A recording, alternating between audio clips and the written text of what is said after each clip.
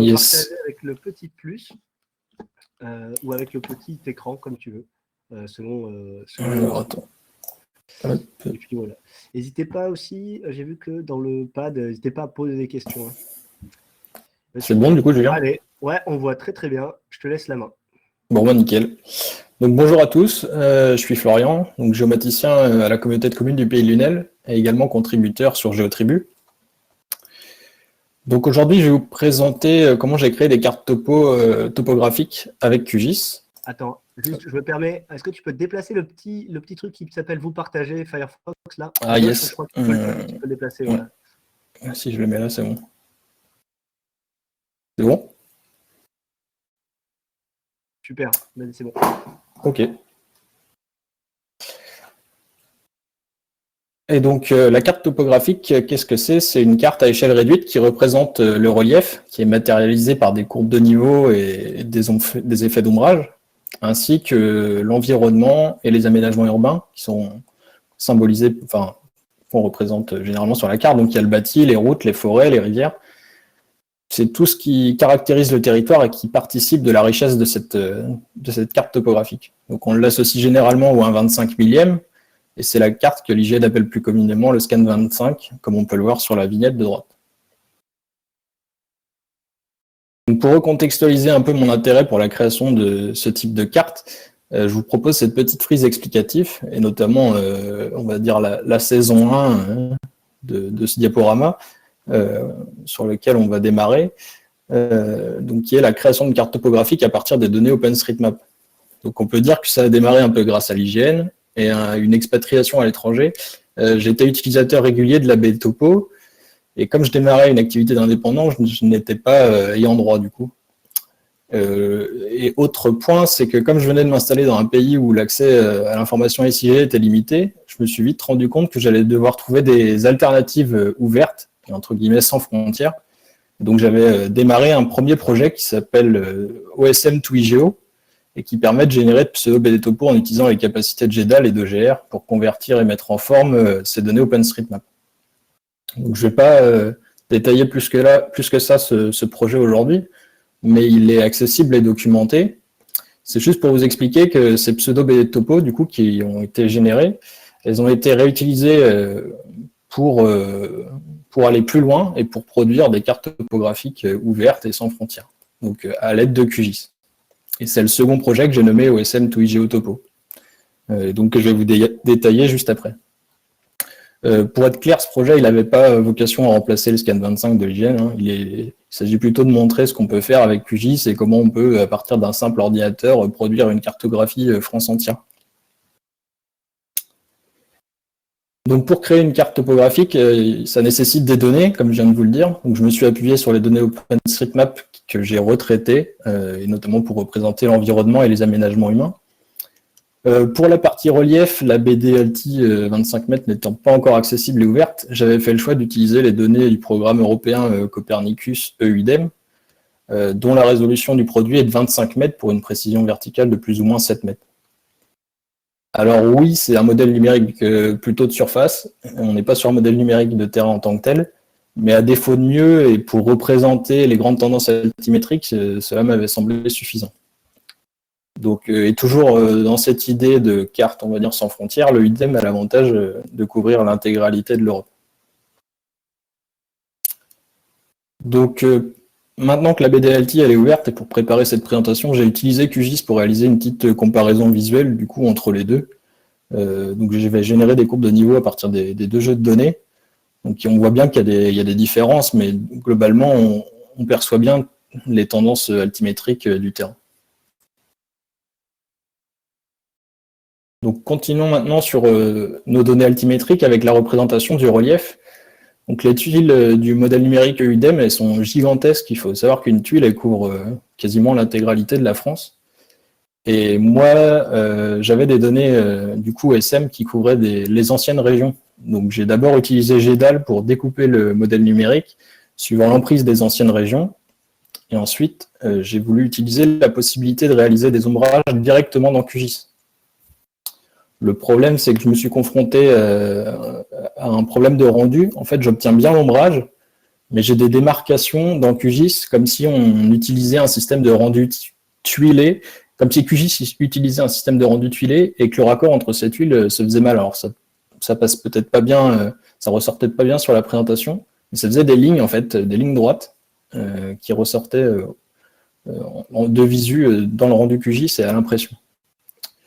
Donc finalement, j'ai décidé de ne pas utiliser cette solution et j'ai rebasculé sur GDAL comme alternative pour générer des ombrages en dur. Donc j'aurais pu créer un ombrage unique dit traditionnel et donc éclairer le modèle numérique à partir d'une seule source de lumière, mais ça n'aurait pas complètement rendu l'effet de relief. Et donc j'ai réalisé un ombrage multidirectionnel en éclairant le modèle numérique suivant 4 sources d'éclairage. Et ensuite j'ai chargé ces 4 fichiers dans QGIS en les superposant et en utilisant du coup les modes de fusion pour créer cet effet d'ombrage multidirectionnel. Donc, en préparant cette présentation, je me suis rendu compte que c'était sûrement un point à retravailler, parce que j'ai vu que GDAL disposait d'une option permettant de réaliser directement des ombrages multidirectionnels. Ça permettrait sûrement de réduire le nombre d'opérations à réaliser, puisque là, je calcule 4 ombrages finalement, alors que je pourrais peut-être en calculer qu'un seul. Ensuite, dans la continuité, on va maintenant s'intéresser aux courbes de niveau. À l'époque, j'avais utilisé encore une fois GDAL pour générer depuis le modèle numérique et puis ensuite, enfin, je les avais générés depuis GDAL et à partir du modèle numérique. Et puis ensuite, j'ai utilisé QGIS à l'aide d'expressions pour représenter les courbes de niveau principales, donc avec un intervalle de 50 mètres, des courbes de niveau secondaires avec un intervalle là de 10 mètres, comme on peut le voir sur la petite vignette. Alors, il faut savoir que depuis les dernières versions de QGIS, il y a la possibilité de pouvoir créer des rendus en temps réel et directement depuis un modèle numérique raster. Donc c'est un rendu courbe de niveau. Donc cette nouvelle fonctionnalité, elle est bien pratique parce qu'elle évite de créer finalement un nouveau fichier vectoriel. Le seul point négatif que j'y ai vu, c'est qu'il n'y a pas la possibilité d'afficher l'altitude des courbes qui sont générées de manière dynamique, donc d'afficher le label. Donc ça, c'est ce qui m'a manqué pour éventuellement me dire que je pouvais basculer. Ensuite, j'ai exploité plusieurs composants de QGIS pour travailler sur le rendu des couches, comme la possibilité de créer des styles ou des sous-styles en s'appuyant sur des règles. Donc ici, l'exemple des autoroutes sous lesquelles on a des sous-catégories comme les ponts et les tunnels. Ça permet de bien structurer son style, un style pour chacune des couches, puisqu'on peut vite avoir des styles à rallonge. Autre élément que j'ai utilisé pour styliser la carte, c'est la possibilité d'exploiter les symboles SVG. Donc pour ce projet, j'avais fait le choix d'utiliser que des symboles SVG directement intégrés à QGIS pour justement limiter les dépendances et faciliter sa réappropriation par n'importe qui. Et le dernier point, c'est que j'avais commencé à jouer, c'était les tout débuts du générateur de géométrie, j'avais commencé un peu à jouer avec, comme ici, pour représenter les entrées et les sorties de ponts. Donc là, c'est extrêmement zoomé pour vous montrer à quoi ça ressemblait. Mais voilà, ça offre des possibilités infinies. Donc on voit vraiment que QGIS, en termes de rendu, là, il ouvre des perspectives qui sont riches et sans limite. Donc la carte topographique, elle s'enrichit aussi pleinement par la toponymie, et donc intéressant de travailler sur sa représentation. Donc, dans QGIS, on peut facilement choisir ses polices de caractères et éventuellement les modifier en lot. On peut facilement éditer le QGS, changer la police de caractère si elle ne nous plaît pas, c'est assez facile, c'est le gros avantage. Et autre point sur lequel je m'étais penché, c'était sur la standardisation de la toponymie dans OpenStreetMap.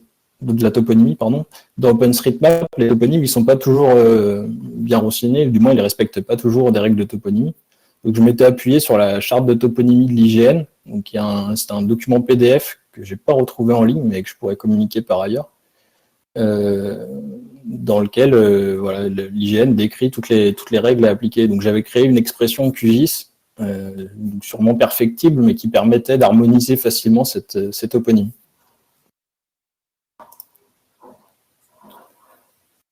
Maintenant, on va passer à un des derniers points du coup de la création de cette carte topo OpenStreetMap.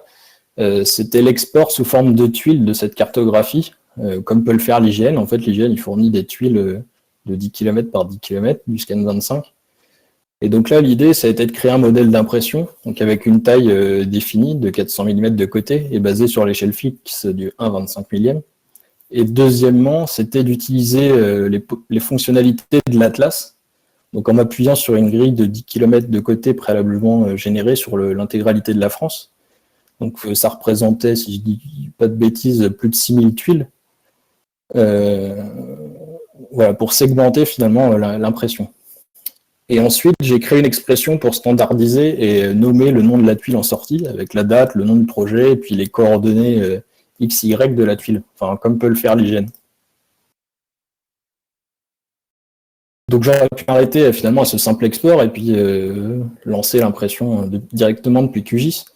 Mais l'idée, c'était bien d'aller au bout du processus et de pouvoir automatiser cette production pour le régénérer finalement ce pseudo scan 25 régulièrement.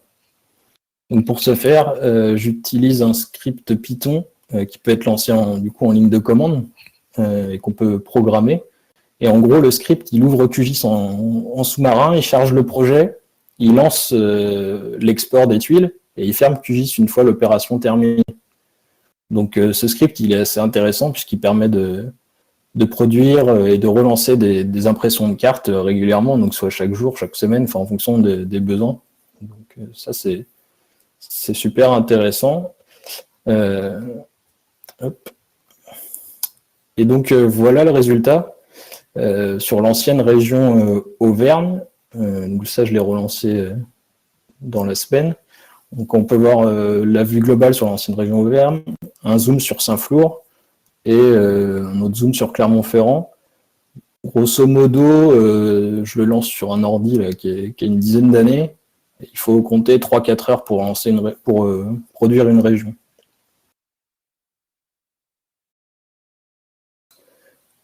Donc pour conclure sur cette première saison de la carte topographie avec OpenStreetMap, on peut dire que QGIS est arrivé à un niveau de maturité qui lui permet d'aller facilement assez loin dans le rendu. On peut facilement tenir compte des évolutions pour faire évoluer le processus de production de cette carte. Et la création de cette carte, elle est basée aussi sur des données OpenStreetMap dont on peut facilement envisager une actualisation chaque mois, chaque semaine pour tenir compte des dernières contributions. Donc ça, c'est intéressant. En revanche, les points faibles, c'est l'hétérogénéité des fois des contributions suivant les secteurs. Donc on devait faire un retour justement là sur la capture qui est à droite. Sur 2 communes, il y avait les lieux-dits en pagaille, alors que sur toutes les autres communes autour, il n'y avait rien. Donc voilà, on m'avait demandé si c'était une erreur de mon côté ou pas, et en fait c'est juste que voilà, il n'y avait pas de contribution sur les autres communes, donc ça ressortait clairement sur la carte. Et l'autre point faible, du coup, c'est l'utilisation d'un modèle numérique de surface. Enfin, des perspectives pour aller plus loin dans l'utilisation du rendu de cette carte, ce serait il y aurait la possibilité d'affiner certains aspects sur certaines couches du rendu, en tenant compte des dernières évolutions de QGIS, parce que le projet a maintenant 2 ans, et puis éventuellement des spécificités plus locales. Et on pourrait également envisager de travailler sur d'autres échelles, comme le 1/50 millième, mais il faudrait alors travailler sur des solutions de généralisation. Certaines informations, comme les bâtis, nécessitent d'être agrégées. Donc il y a sûrement des choses à faire avec QGIS ou OGR. Donc, si vous avez des idées, n'hésitez pas à les soumettre, ça peut être intéressant de les partager.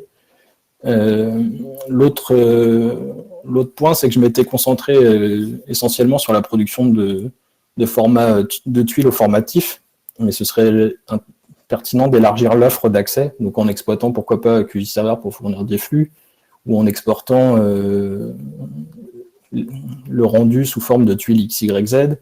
Il y aurait aussi la possibilité de travailler sur la création d'un modèle d'impression pour y intégrer une légende et pour pouvoir facilement imprimer des cartes papier finalement.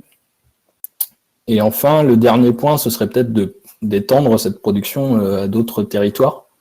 Et je pensais notamment à l'Afrique, où des fois, où ce type de carte est parfois compliqué. Enfin, il est compliqué d'accéder à ce type de carte.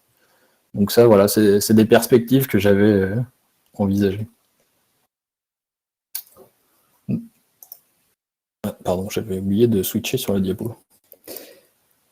Donc pour la saison 2, la carte topographique BD Topo, comme tout le monde le sait, l'IGN a ouvert ses données début 2021 et dans la continuité, je me suis dit mais pourquoi ne pas transposer ce projet QGIS OpenStreetMap en exploitant les données de la BD Topo.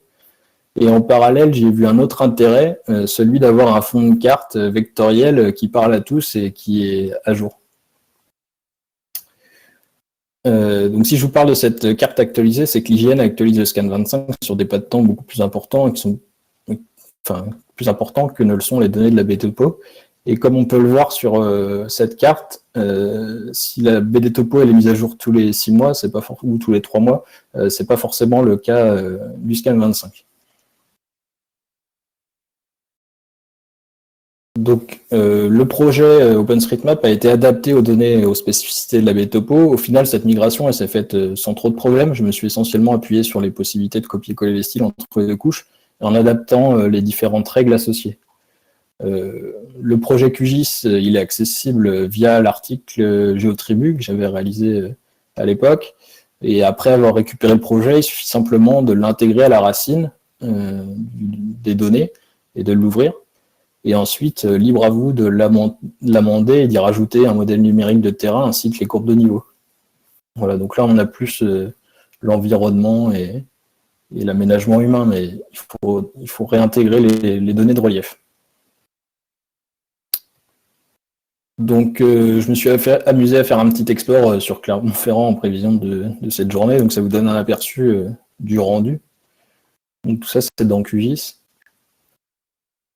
Une autre représentation, donc là c'est une comparaison entre la carte topo BD Topo et le scan 25 sur la communauté de communes du Pays de Lunel. Donc on voit qu'il y a un peu moins de toponymes, il faudrait sûrement retravailler sur ce point-là. Il y a des éléments à améliorer, le nom de la commune vient se positionner au centre de la commune, il faudrait trouver des solutions pour que ce soit décalé. Mais voilà, ça ouvre des pistes intéressantes, c'est un bon début du moins. Voici maintenant un cas d'utilisation concret que j'ai pu avoir en interne, c'est la création d'un fond de carte pour le service communication qui m'a demandé pour un marché de producteurs le nom d'un circuit de randonnée de réaliser un fond de carte. Et du coup, je me suis dit, bah tiens, c'est l'occasion de réutiliser ce travail. Et ça m'a permis de fournir un export au format SVG au service com, qui a plus facilement l'habitude de réexploiter ce type de format dans ces outils de création graphique vectorielle. Du coup, ils étaient assez surpris parce que d'habitude, ils reçoivent des fonds de cartes images. Donc là, ça les intéressait vraiment de pouvoir s'appuyer sur un fond de carte SVG et de pouvoir le retravailler à leur guise. Donc, les conclusions sur cette saison 2 de la carte topo, les points forts, c'est que ça permet de réaliser des exports vectoriels. Comme je l'ai dit, pour le service communication, ils sont vraiment très demandeurs de ce type de format.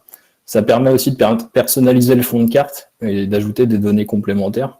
Donc là, on fait un peu ce qu'on veut, finalement, on peut l'adapter à notre guise. Le point faible, c'est le rendu automatique qui n'est pas toujours adapté. On l'a vu, les labels, ils ne se positionnent pas toujours au bon endroit. C'est perfectible. Voilà, on sait, quoi, il n'y a pas tout ce travail que peut faire l'IGN. Mais c'est une alternative. Et voilà. Et pour aller plus loin, il faudrait retravailler sur le projet pour tenir compte du format GeoPackage, parce que j'ai l'impression que l'IGN fournit plus le format shapefile à l'échelle départementale. Voilà, donc c'est une piste pour la suite. Enfin, et pour terminer, des projets sur la même thématique, des projets à consulter ou à suivre. Donc il y a le premier projet, c'est le projet de Romain Lacroix qui avait produit un super tuto un peu juste avant que je me lance, où il a expliqué comment il a créé une carte topo avec QGIS. Donc je vous le recommande chaudement, c'est super intéressant, ça s'appuie sur les données OpenStreetMap et d'autres types de données. Il y a des ponts avec ce que j'ai réalisé. voilà, je vous invite à parcourir ce tutoriel. Ensuite, il y a OpenHardenMap. Il s'agit d'un style cartographique qui est développé depuis 2018 par la coopérative des Champs Libres et qui s'appuie sur les données OpenStreetMap. Donc ce style, il est notamment utilisé pour produire des rendus pour des impressions papier. Il est d'ailleurs possible d'acheter des cartes sur certains secteurs de la Belgique. Et bon, derrière, c'est pas du QGIS, c'est du Mapnik Carto CSS, mais voilà, c'est un projet qu'il est intéressant de suivre. Et il y a également le projet Topen25 donc, de Christian Quest. Donc là, c'est une carte web dynamique qui s'appuie sur les données de la BD Topo. Donc, pareil, c'est pas du QGIS, il y a du Carto CSS derrière, mais le rendu est vraiment chouette. Voilà, donc je vous invite à aller parcourir ces différents projets. Et je vous remercie pour votre écoute, et si vous avez des questions, je suis dispo. Merci Florian, top. Ça s'est super bien passé, on a bien fait de faire ça en live, en haute résolution. Oui. Attends, je vais reprendre la main. Yes, faut que je coupe, non? Est-ce que tu peux rafficher, laisse-la afficher la dernière slide comme ça, ou est-ce que je l'ai moi si tu peux. Vu que je partage l'écran, je te vois plus sinon. Je vais le faire, je crois, mais avec ton. Bouge pas. Non, c'est pas ça, c'est celle-là. Et puis on va la mettre la dernière, je pense. Hop. Ah ouais, bon. Allez, on va rester là-dessus. Non, celle-là, celle de Clermont. Allez. Il y avait celle de Clermont, je sais pas où elle est. Voilà. Ouais. Merci. Alors oui, il y a plein de questions. On voit que ce travail intéresse beaucoup. Déjà, il y a pas mal de remerciements et ça fait toujours du bien à prendre. Donc, le même conseil qu'Arissou, n'hésite pas à aller prendre un petit peu d'ego boost sur le pad. Yes. Donc, tu connais l'adresse du pad. J'irai voir ça. Ouais. Voilà, donc il y a aussi des trucs pour les expressions. Donc, on est encore vraiment pas mal. Les expressions tiennent une belle place aujourd'hui, c'est sympa. Et question sur comment est gérer la généralisation au 25 millième des données, comment tu gères l'échelle, en fait, le passage à l'échelle, l'homogénéisation de l'échelle. En fait, je généralise pas trop la donnée, j'utilise la donnée brute d'OpenStreetMap et après je travaille vraiment sur les styles pour adapter le rendu. D'accord. C'est plus sur les échelles ou à 50 millième où là il y a vraiment un besoin de travailler justement sur ces notions d'agrégation de données, de simplification de la donnée. Mais au 25 millième, au final, pas tant que ça. Il y a une question de Brice qui demande pourquoi l'utilisation du MNS plutôt que du MNT, c'est plutôt un point faible. Tu peux confirmer? Parce que ces modèles numériques de surface, ça prend tout ce qui est sol et sursol, enfin, surtout le sursol. Et donc, du coup, on se retrouve. On a la végétation, on a les zones urbaines. Donc, effectivement, c'est pas ce qu'il y a de mieux, mais à défaut, à l'époque, c'est ce qui était le plus adapté, je pense. D'accord, tu le fais parce que justement, il était plus homogène, c'est ça? Enfin, pourquoi il couvrait l'intégralité. Il couvrait l'intégralité de la France. Il était ouvert. C'était une donnée ouverte. Voilà, bon, entre-temps, l'IGN a ouvert ses données, mais à l'époque, c'était pas forcément le cas. Et puis, il couvrait aussi toute l'Europe. Donc, je me disais que si je voulais étendre la production, ça pouvait être pertinent. Là, juste pour la France, ça représente 25 gigas de tuiles en sortie, les 6000 tuiles. D'accord. Que tu mets en téléchargement, hein, non là, du coup, depuis que le serveur OVH a eu un coup de chaud, elles sont plus en téléchargement, mais j'ai mis les deux régions, donc la région Languedoc, Roussillon et l'ancienne région Auvergne que j'ai relancée là pour préparer la présentation. D'accord. Très bien. Bon, c'est bien. C'était un bel euphémisme. Avoir un petit coup de chaud. Donc, il y a des questions aussi pour, je pense, que tu l'as dit, un peu d'évolution sur les expressions. Par exemple, Mickaël suggère d'utiliser les modulos, de faire ça sous des algos de traitement. On pourrait très bien le faire pour le lancer aussi en ligne de commande. On en avait parlé tous les deux pour l'intégrer dans le plugin de GeoTribu. Bon, ça, c'est un jour quand j'aurai le temps. Si quelqu'un veut contribuer, il n'y a pas de problème pour le faire. Il y a du boulot. C'est des projets qui servent pas mal et je pense que tu es volontaire, non, pour guider les gens s'il y a des contributions ou... Oui, après, le projet, là, il n'a pas trop évolué depuis un petit moment. En tout cas, plus sur la partie création de pseudo-BD topo, j'ai plus de demandes. Sur la partie Scan 25, j'ai eu des retours au début pour signaler des problèmes, mais depuis, les données sont plus trop accessibles et j'ai pas eu trop de retours ces derniers temps pour me dire faut que tu t'y remettes, vas-y. Ouais, c'est ça. Il y a Thierry qui propose de créer lui-même un Docker pour OSM to GeoTopo. Enfin, il demande, mais... Oui, ça n'existe pas, mais effectivement, ce serait possible. Au tout début, où je le développais, J'utilisais Docker GDAL Ouais. et un Docker QGIS pour le tester. Après, j'étais passé sur un serveur Linux pour le lancer, mais c'était possible. D'accord. Et après, il y a des informations de OpenIG qui sait que l'IGN ne va pas forcément maintenir les 4 styles de Scan25. Voilà. Ok, Que ça le je savais pas. ScanExpress est en fin de vie, puisqu'il est, c'est le plan en effet qui va prendre le relais avec aussi les tuiles Vecto, etc. D'accord, très bien. Je crois que j'ai pas d'autres questions qui sont arrivées jusqu'au pad. Je sais pas où acheter un sweat QGIS. Alors justement, je vais en profiter. Alors surtout ton t-shirt, Florian, où est-ce qu'on peut l'acheter? On peut plus l'acheter, je l'ai acheté il y a 10 ans. Donc Je on est pense sur un que t-shirt collector, quoi. c'est un collector. Ouais. J'étais en master là, quand je l'ai acheté, je crois. Donc ça doit être en 2011 ou en 2012. D'accord. Ok. Et mesdames et messieurs, je mets voilà, il y a eu le lien de la boutique QGIS, donc j'en profite. Alors c'est celle de l'OS France. Je fais toujours un petit peu de pub. Sachez qu'il y en a une plus officielle, et il me semble, enfin, moi c'est celle-là où j'ai eu le cœur, là, parce que c'est quand même c'est celui-là qui intéresse vraiment. Non, non, enfin moi je trouve. Alors je sais plus où c'est, spread, voilà. QGIS.spreadshot, spreadshop, voilà. Voilà, il y a des modèles, je crois, qui ne sont pas tout à fait sur le même. Il y a des petites différences dans les modèles. Donc voilà, mais l'un ou l'autre, ça marche aussi. Je le mets sur le chat. Merci Florian. Mais de rien. Et Je puis, pense qu'on est bien. Est-ce qu'il y avait. Attends, je regarde s'il y a quand même une dernière question. Et non, il n'y a pas de question. Et donc je propose ça roule. de passer à la suite. Merci beaucoup. De rien, à plus. À plus.